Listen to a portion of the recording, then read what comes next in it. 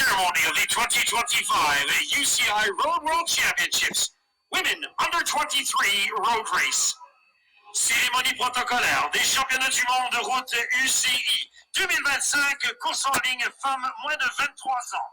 Muri uyu mwanya rero wagiye gutangwa ibihembo ku batsinze muri shampiyona y'isi y'amagare mu 2025 mu cyiciro cya Women Under 23 cyangwa se abagore bari munsi y'imyaka 23 Road Race. The medals and jersey will be presented by Mrs. Daniela Isetti, UCI Management Committee member. Les médailles et le maillot seront remis par Madame Daniela Isetti, membre du comité directeur de l'UCI. Imidari n'imyambaro igenerwa abatsinze igiye gutangwa na Madame Daniela Isetti, umwe mu bagize komite nyobozi ya UCI. In third place and winner of the bronze medal representing Spain. À la troisième place et vainqueur de la médaille de bronze représentant l'Espagne. Umwanya wa gatatu n'umudari w'umuringa yegukanywe n'umukinnyi ukinira Espagne. Blasi! Paula Blasi, the 22-year-old rider from Spain, storms through to take the bronze medal at the top of the final climb. A great race by this rider today, rides for UAE Team ADQ.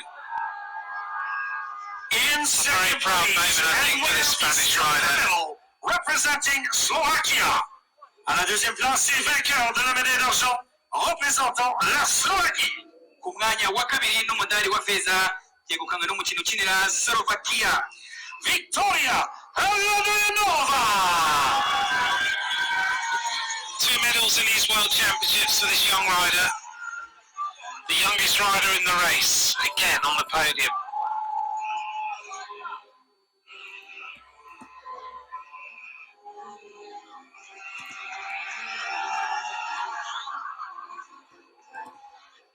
In first place, the UCI World Champion and winner of the gold medal representing France. À la première place, champion du monde UCI et gagnant de la médaille d'or représentant la France. shampiyona y'isi yo gusiganwa ku magare n'umudari wa zahabu yegukanywe n'umukinnyi ukinira Ubufaransa, Célia Géry. Célia Géry is the world champion, 19 years of age. Perfect result. Perfect race. She was 5th last year in the junior road race. This time she's the world champion at under 23.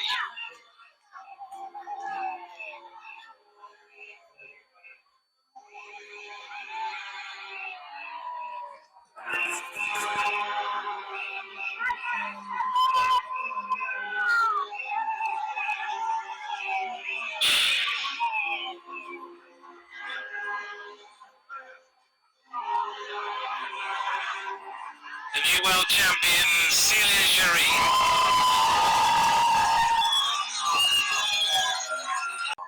impano zigiye gutangwa na kandi basomengera umunyamabanga uhoraho muri Minisiteri ya Siporo y'u Rwanda.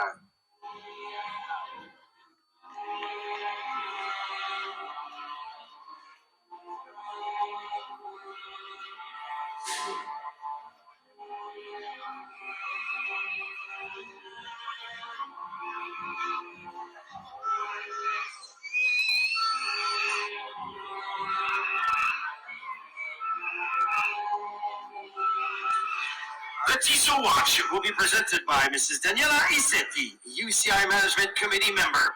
La montre Tissot sera présentée par Madame Daniela Isetti, membre du comité directeur de l'UCI.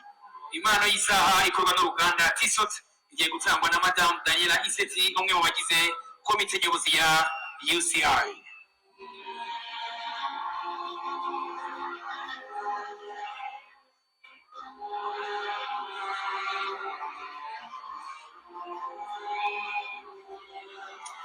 Ladies and gentlemen, in honor of our new UCI World Champion, we present the national anthem of France. Mesdames et messieurs, en l'honneur de notre nouvelle championne du monde UCI, nous vous présentons l'hymne national de la France. udufashe nawe gushimira wegukanye shampiyona ugukomeza kumuha icyubahiro twese duhaguruke mu gihe hari indirimbo yubahiriza igihugu cye cy'Ubufaransa. Celebrates the gold medalist there's our medalist in the under-23 women's road race. Paula Rossi holds the bronze. 3 hours and 24 minutes of racing for under-23 riders. A 19-year-old rider wins it.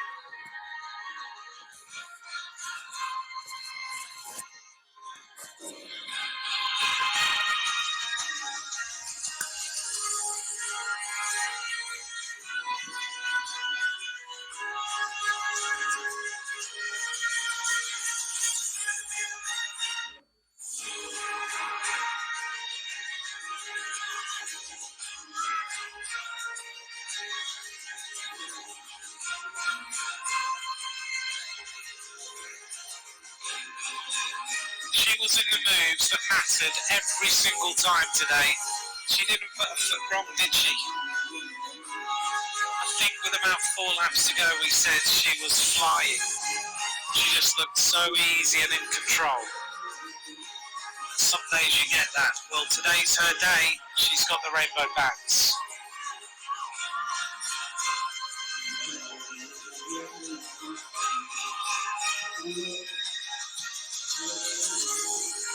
Time for her to go and sign some jerseys, do some interviews.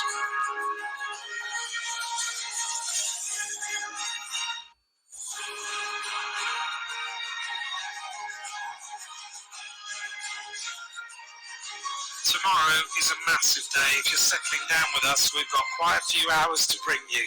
We're going to start very first thing in the morning with the men's junior road race, and then we bring you the men's under 23 road race.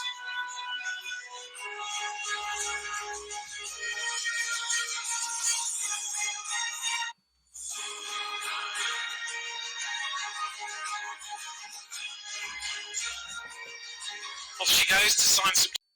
Yes, mwiriwe neza cyane abakunzi b'Isano news. Ngira ngo turagarutse live mu irushanwa rya UCI, ndaho tujye kubagezaho irushanwa ry'abakobwa batarengeje imyaka 23 bari gutembera ino Kigali yose basiganwa ku magare. Ntabatindiye rero, nurabizi ibintu byacu n'amagambo make, ibikorwa byinshi. Reka mbareke mukurikirane aho umukobwa nyonga igare rwose. Ni byiza cyane, mukurikire.